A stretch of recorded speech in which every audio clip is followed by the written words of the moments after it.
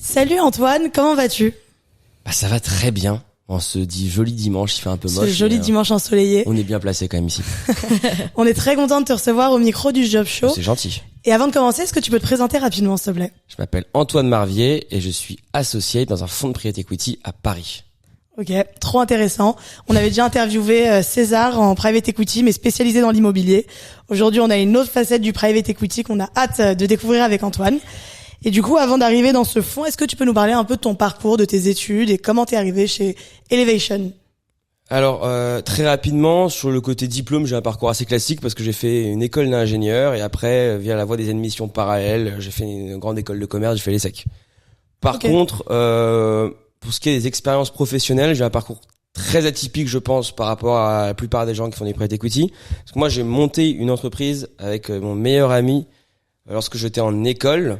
C'est un projet qui allait assez loin et malheureusement pour des raisons personnelles mon meilleur ami est décédé et l'offre de rachat qu'on avait reçue s'est retrouvée caduque parce que elle est tombée en pleine milieu d'une période qu'on appelle le Covid et qui a fait un peu peur à toutes les entreprises. Et donc moi j'ai basculé d'un modèle de carrière qui tournait autour de l'entrepreneuriat au fait que pour finir mes études il fallait que je fasse un stage. Avant j'avais fait tous mes stages dans ma propre entreprise et là je suis rentré en fonds d'investissement et pareil, ce qui est assez rare, je dis pas ça pour moi mais parce que c'est un fait, j'ai eu une offre de CDI, ils ont ouvert un poste à la fin de mon stage et donc je suis passé tout de suite de stagiaire en PE à CDIsé, à analyste exactement. Ok, trop intéressant. Et ton école d'ingé, c'était quoi ? Alors moi c'est une école d'ingénieur post-bac qui s'appelle l'ISEP à Paris, dans le 6e arrondissement.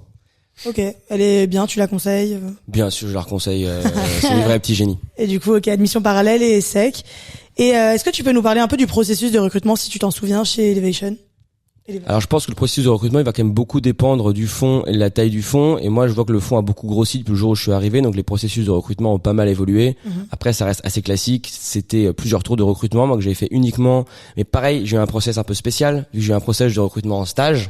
Et ensuite j'étais intégré donc j'ai pas eu de process de recrutement classique, c'était un recrutement fait en interne. Pas mal. Et mon entretien de recrutement en stage ça a été 1h30 avec les deux managing partners et fondateurs du fonds. Et c'est là où tu dois faire des exercices, des cases, etc. Alors maintenant, je peux parler du process que moi je pratique avec les personnes qu'on va recruter en stage ou en CDI. Pour ceux qui nous écoutent. Effectivement, il va y avoir un premier entretien chez nous. Alors évidemment une sélection sur les CV, un premier entretien sur le fit. Et pour aussi bien comprendre les attentes de la personne en face et bien comprendre s'il sait exactement où il est, où est-ce qu'il va mettre les pieds.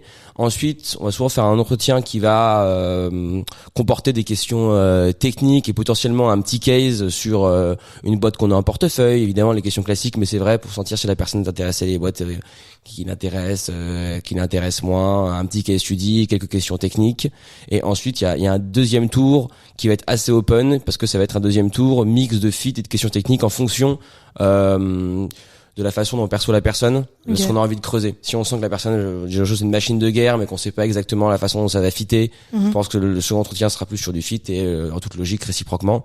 Sachant qu'on parle beaucoup de fit, le mot est horrible, mais qu'on est des toutes petites équipes en private equity, quels que soient les fonds, ça va être 5, 10, 15, 20 personnes maximum en tout cas sur les équipes d'invest. Donc c'est exactement, moi je l'ai comparé à des cabinets d'avocats, c'est absolument clé d'avoir des bons contacts avec les personnes avec qui on travaille. C'est pour ça que derrière le mot fit, en fait, il y a une incapacité à intégrer une équipe de PE si on n'est pas capable de plaire personnellement aux personnes qu'on a en face, simplement parce que imaginez-vous travailler pendant 24/24 pendant plusieurs années avec 5, 6, 7 personnes. C'est peu.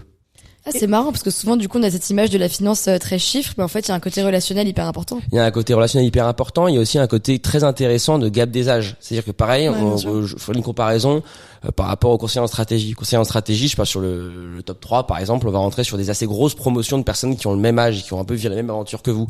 Moi par exemple, encore une fois, je suis peut-être un peu une exception, mais je pense que je souligne un facteur qui est vrai, un phénomène qui est vrai, qui est que je suis le plus jeune de l'endroit où je travaille, que la deuxième personne la plus jeune, elle doit avoir 30 ans, et qu'ensuite la plupart des gens avec qui je travaille au quotidien, elles ont entre 40, 45, peut-être même certains 50 ans, mais on va leur donner 45 ans maximum. Mais ce qui est très intéressant sur la maturité, mais ce qui fait par contre qu'il y a un côté aussi un peu solitaire. Quand on arrive jeune en fonds d'investissement, on est peu nombreux, on est un ou deux. Et moi, en termes d'âge, je pense que je suis plus proche des stagiaires qui sont en fin d'études que des personnes avec qui je travaille au quotidien. Ok. Ce qui ne va pas forcément être le cas, je le répète, mais parce que je sais qu'il y a beaucoup de gens qui hésitent entre le PE et le conseiller en strat. Ça, c'est un élément. En conseiller en stratégie, on va quand même arriver, en tout cas en première année, par badge de promotion de 10, 15, 20, 30 en fonction de la spécialisation ou du bureau dans lequel on est. Ce sera rarement 15 un fonds. Ok. T'as eu de la chance en vrai de transfert en direct en CDI. Et en parlant juste de ton fonds, vous êtes combien à peu près? Et donc moi, sur l'équipe d'Invest, sur ma verticale, par exemple, on n'est que 4. Et donc dans ta verticale, est-ce que vous avez une spécialité dans les entreprises dans lesquelles vous investissez? Vous avez un genre d'entreprise dans ce genre-là vous voulez investir? Tout à fait. On a ce qu'on appelle une thèse d'investissement. Donc pour revenir sur les différentes verticales, on a un fonds, on gère plus de 500, je crois 550 maintenant millions d'euros, mais sur différentes verticales. Pour les résumer rapidement, moi je suis celle qu'on appelle grosse, je vais y revenir. Il y a celle qui s'appelle fonds de fonds, elle parle d'elle-même. On va mettre des tickets dans d'autres gros fonds, des fonds qui sont plus gros que nous d'investissement, et une verticale immobilière qui ressemble un petit peu à ce qui est décrit la fois précédente dans l'épisode, et une verticale hystérique qui s'appelle l'outre-mer. Et on a aussi une verticale immobilière spécialisée dans l'achat d'actifs réels, mais à peu près la moitié des actifs sont gérés sur ma verticale qu'on appelle grosse. Et une verticale grosse, elle a une thèse d'investissement. En quelques mots, nous, c'est d'investir dans des startups en croissance rentable qui font plus d'1 million d'euros de chiffre d'affaires. Le point qui est très différenciant par rapport à d'autres fonds, c'est qu'on insiste très fortement sur la rentabilité, ce qui était quelque chose d'assez rare il y a quelques années dans le PE, qui est de plus en plus présent pour des raisons de conjoncture économique qu'on peut comprendre. Et la deuxième chose, c'est qu'on est complètement agnostique sur le secteur. Ça veut dire par contre qu'on investit dans toute typologie d'entreprise, de l'industriel, de la tech, de la fintech, du retail, des colottes menstruelles, du green. On n'a aucun problème sur la typologie de business dans lequel on investit, la publicité programmatique. En revanche, nous, c'est les dynamiques de croissance, de taille et effectivement de rentabilité. Et puis aussi, on investit souvent sur des entreprises qui n'ont pas levé ou pas levé de très gros tours avant nous. On aime bien être le premier vrai tour des entreprises dans lesquelles on investit.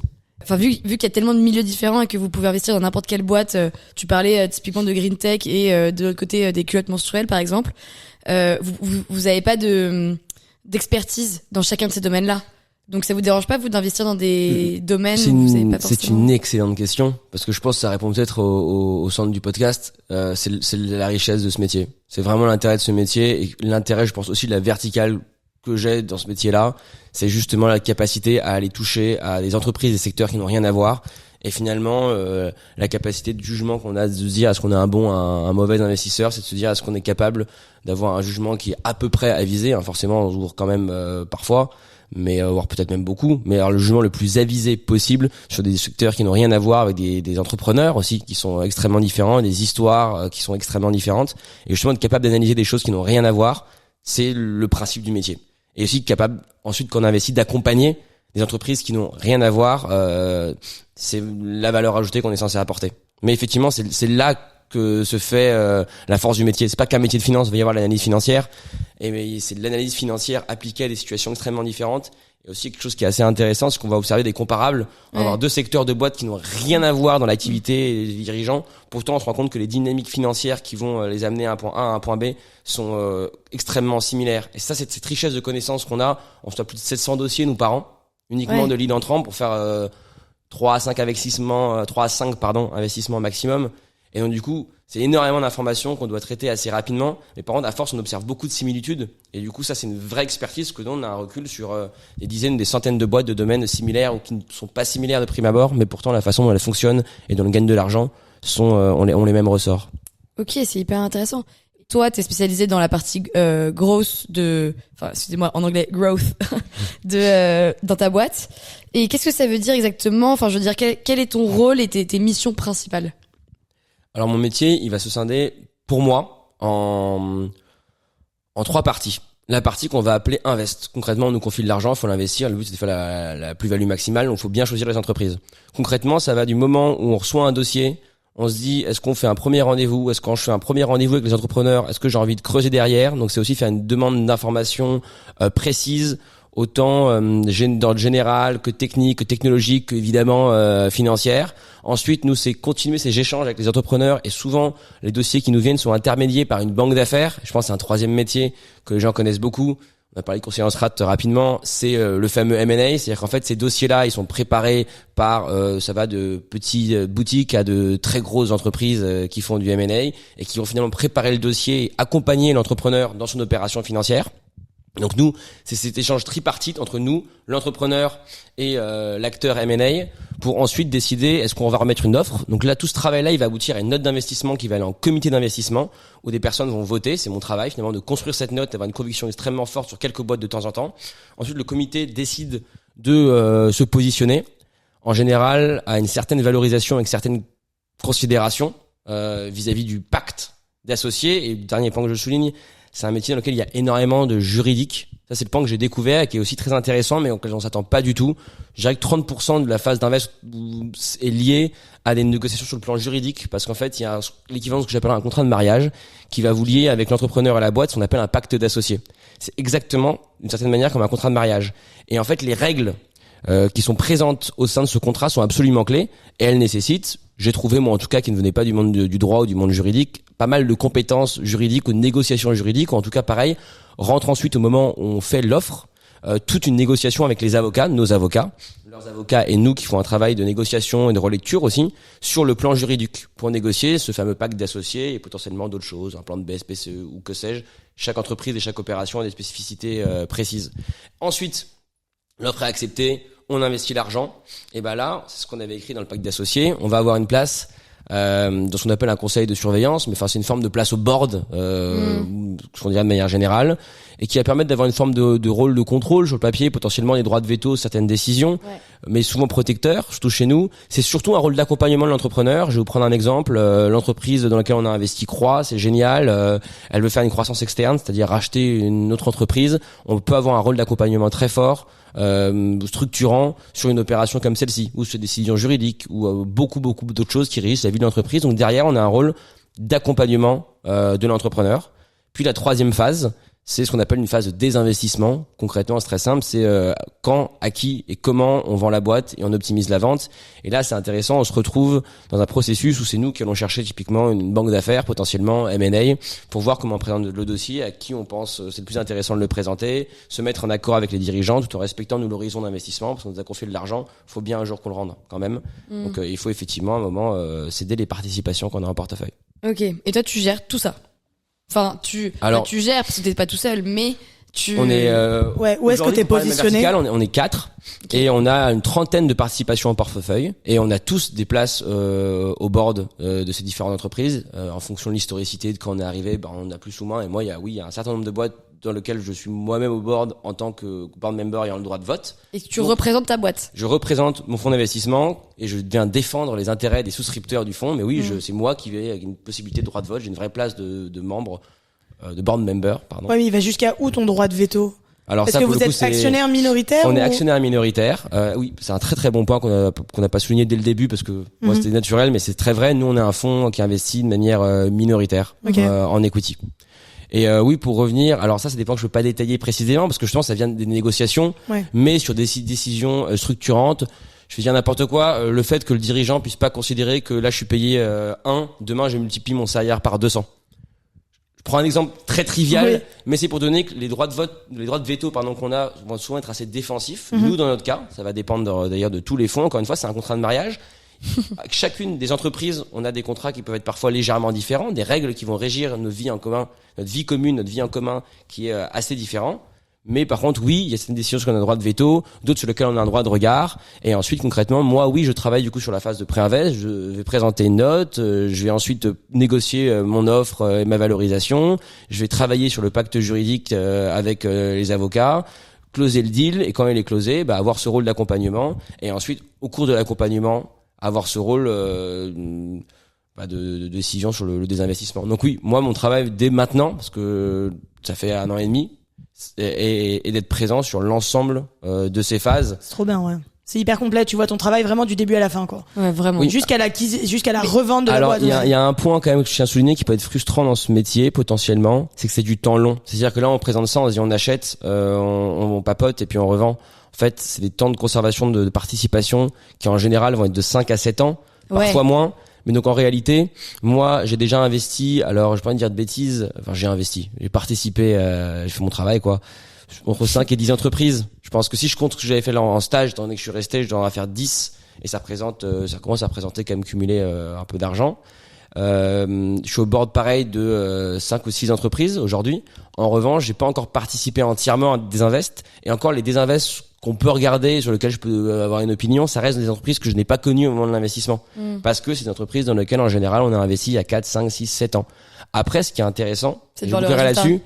Exactement, c'est de voir le résultat. Et le deuxième truc qui est intéressant, c'est qu'au cours de la vie d'une entreprise, il se passe plein de choses. Par exemple, on peut accompagner, pour le côté VC, on va accompagner les entreprises dans une seconde levée, un second tour d'investissement. Par exemple, il y a une entreprise chez nous qui s'appelle MyLight 150, qui l'année dernière a bouclé un tour de table à 100 millions d'euros. Ouais. On était le premier investisseur historique, si je dis pas de bêtises. Maintenant, on est plus petit, voire très petit sur ce tour de table. Mais on voit aussi, au cours de la vie de l'entreprise, des phases aussi intéressantes qu'une levée de fonds en interne. Mais donc du coup, vu qu'il y a 1000 boîtes à peu près qui vous envoient leur CV entre guillemets, Leur dossier, ouais. leur Leur deck, dossier tous les ans, et vous investissez dans 3 à 5 boîtes, je crois que c'est ce que tu m'avais dit à peu près. Ouais, les ordres de grandeur sont là. Mais moi, ça me paraît quand même lunaire qu'il y ait déjà au moins 1000 boîtes qui réussissent à être aussi rentables, à avoir 1 million d'euros de chiffre d'affaires. Enfin, je veux dire, à partir de ce moment-là, Comment vous faites votre choix, un peu vu qu'ils remplissent déjà ces critères-là de base, Ouais. est-ce qu'il y a le fit, encore une fois, qui ouais, vient non, mais ce que je en souligne, compte non, pardon, c'est que les 750 ou 800 dossiers qu'on reçoit, justement, ne rentrent pas dans tous ces critères, forcément. Tu dois voir dans le futur, en vrai. Pour En vrai, c'est un bon pitch, ouais, mais dans l'idée. pour investir Non, mais- sur 5 à 7 ans, enfin, tu vois, Non, mais oui, en vrai, tu la gardes c'est dans ton portefeuille pendant 5 à 7 ans, donc Exactement. faut pas se tromper, quoi. Exactement. Et en vrai, de vrai, c'est aussi un métier où, oui, le principe, c'est de voir dans le futur, de diminuer les risques futurs, Oui. que l'argent soit mal placé. C'est optimiser un placement d'argent dans le futur. Mais oui, finalement, tu vois les résultats de ton travail dans 5 à 7 ans, et il peut y avoir un millier de facteurs que tu pouvais même pas voir, qui fait que ça marche ou que ça marche Bah, pas. bien sûr. Ça, c'est les aléas. Mais justement, est-ce que tu as un exemple de boîte dans lesquelles vous avez investi qui a hyper bien marché, un de vos meilleurs investissements, s'il y a une petite histoire à raconter? Ah, ça, pour le coup, alors, sur le côté, parce que jamais je pourrais vous dire, déjà sur les boîtes, comme je dis, sur lesquelles on est sorti, c'est pas moi qui étais là lors de l'investissement. Oui, j'imagine. Et ensuite, donc c'est dur de parler pour les autres. Et puis ensuite, il y a un élément qui fait que jamais on dirait justement qu'on était agréablement surpris par la réussite d'une boîte, parce que on a misé dessus. En revanche, oui, il y a des très belles histoires, il y a des boîtes qui ont fait des multiples très impressionnants en très peu de temps, et sur des domaines, je pense, sur lesquels ils n'étaient pas forcément familiers au début. Donc, typiquement, je pense à une boîte qui s'appelle Plugin Digital, qui était un spécialiste dans le domaine du jeu vidéo. Et c'est un bon exemple de, je pense qu'il faut beaucoup de curiosité. C'est une boîte qui était à Montpellier dans le domaine de la production de jeux vidéo, avec un passionné, très très très jolie boîte. Et je pense qu'il faut avoir cette curiosité intellectuelle et faire cet effort aussi analytique et de recherche pour comprendre des business models avec lesquels on n'est pas forcément familier, parce que je pense pas que ça soit en école de commerce qu'on nous a appris, en tout cas pas moi, Ouais. le fonctionnement du business model d'une production spécialisée de Dans jeux les vidéo. ouais. Ok. Donc il y a quand même des belles boîtes qui ressortent de chez vous. Est-ce que, grâce à ça, à votre vision avec un peu plus de recul, où vous pouvez voir un petit peu des petites boîtes qui viennent un peu de nulle part et en fait qui commencent à exploser dans des domaines auxquels on s'y attendait pas particulièrement. Donc là, par exemple, tu as cité une boîte dans les jeux vidéo. Est-ce que ça te permet de voir quels sont un peu les domaines du futur où en fait, j'ai pas envie de parler d'argent, mais où qui vont en fait exploser. Non, mais qui a un gros potentiel, un et domaine qui ont qui a un gros potentiel ouais. dans le Exactement, futur ouais. pour se développer. Je pense que justement, on voit plus les domaines du présent.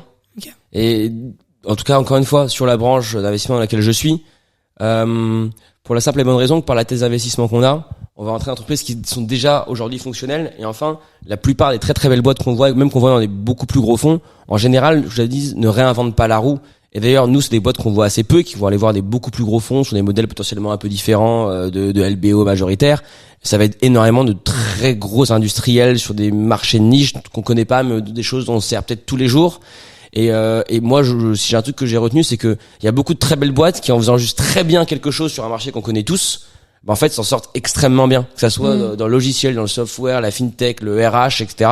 Et ils sont pas allés réinventer un domaine, chercher un domaine, ni même aller chercher un concept totalement innovant.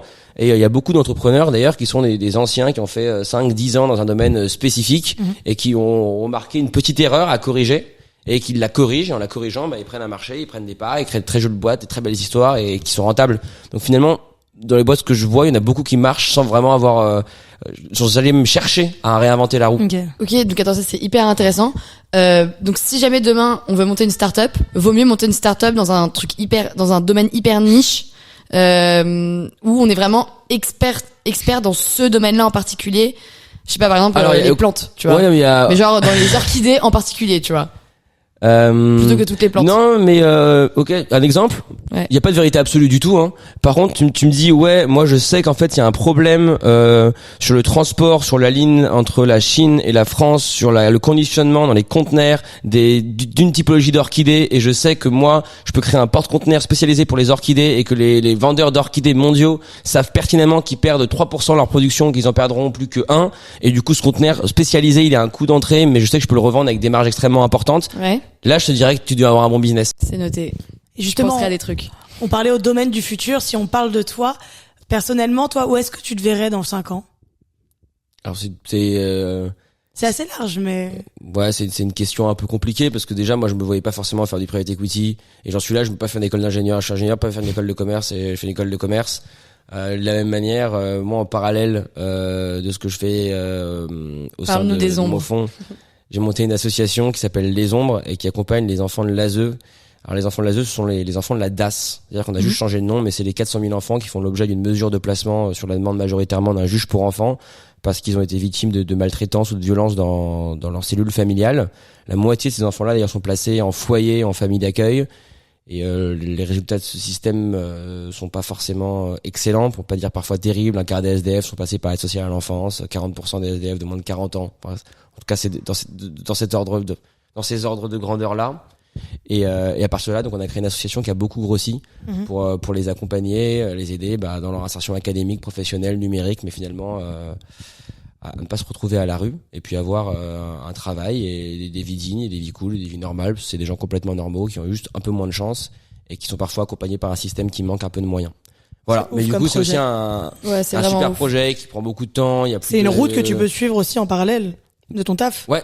Mais c'est ce que tu fais aujourd'hui. Et je peux souligner aussi que mon fonds m'a toujours soutenu dans ce projet-là et a même financé. C'est une association, a même été un des financeurs du projet, donc ce qui montre une belle marque de confiance. Et on revient au premier point que je disais, le fait que c'est des équipes très humaines, à taille humaine, et que je pense que c'est l'humain qu'ils ont fait, qu'ils ont tout de suite, qu'ils n'ont pas hésité à mettre la main à la poche pour accompagner le projet. Et oui, mais du coup, c'est un projet qui c'est trop bien d'avoir cet équilibre aussi de vie pro, des vies perso et d'un sujet qui te tient vraiment à cœur et c'est trop cool. Ouais. Exactement. Et aujourd'hui, c'est 700 bénévoles, c'est plus de 10 salariés, donc c'est quelque chose de gros. Donc dans 5 ans, je sais vraiment pas du tout où je serai en fait. Bravo. C'est ouf. C'est trop bien d'avoir 2 casquettes comme ça. Et justement, pour les jeunes qui nous écoutent, est-ce que tu aurais quelques conseils à leur donner, que ça soit aussi bien pour ton métier en finance, dans le private equity ou même sur un projet personnel qu'ils pourraient avoir? Non, en vrai, j'en prenais de conseils de personne. Faites-vous confiance. Y a rien de pire que de se casser la tête avec des conseils à droite, à gauche. Les gens sont contradictoires et ils ne connaissent que leur expérience de vie. Donc j'ai vraiment aucun conseil à vous donner, genre. Donc chacun suit son instinct. Ouais, Pepsi. Ouais. C'est un beau mot de la fin. Donc du coup, finalement, sans être un conseil, c'est un peu un conseil aussi. Faites ce que vous voulez, quoi. Oui, faites-vous confiance. Ouais. Faites-vous confiance, et si c'est un podcast sur les métiers, pour faire un mot de la fin peut-être plus corpo, mais c'est non mais c'est dire, ne vous auto-censurez pas. Vraiment, même par exemple, on voit qu'on reçoit beaucoup moins de candidatures de filles que de garçons en PE. Je pense que c'est un vrai sujet d'autocensure. Donc vraiment, sur ce point précis, vous autocensurez pas. Et de manière générale, faut pas se faire une montagne du courtier en strat, du M&A, du PE, ce genre de choses. Allez-y. Venez comme vous êtes, préparez vos cas, soyez sérieux, mais plus vous serez finalement naturel et humain, pour les mêmes raisons que j'ai soulignées, plus on aura envie de travailler avec vous. Et finalement, c'est un métier où il faut des compétences, sont recrutés majoritairement des personnes ayant fait certains diplômes. Donc d'ailleurs, pour moi, qu'on apprend aussi beaucoup sur le tas. Et moi, je prends mon exemple sur la partie juridique où j'ai tout appris en faisant. Et le jour où je suis arrivé, je connaissais pas une ligne de ce qui était dans un pacte d'associés et j'y comprenais rien. Et en 3 mois de stage, je savais à peu près comment ça fonctionnait. Et maintenant, j'en rédige en partie.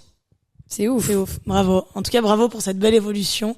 Et c'est un très beau projet que vous avez à côté. Je te souhaite vraiment tout le meilleur. Merci beaucoup. Non, mais c'est vrai. C'est vrai, cool. ouais. Et franchement, t'es un gros bosseur et beaucoup très ambitieux. C'est très intéressant. Ouais, ça se sent. En tout cas, merci Antoine. Merci à vous de m'avoir accueilli ici dans ce magnifique canapé blanc. C'est magnifique, le fameux canapé blanc. Non, vous n'avez pas toute la déco, mais c'est vraiment très réussi. Et on se reverra à un événement des ombres. Bien sûr. Merci beaucoup Antoine. Merci salut. beaucoup.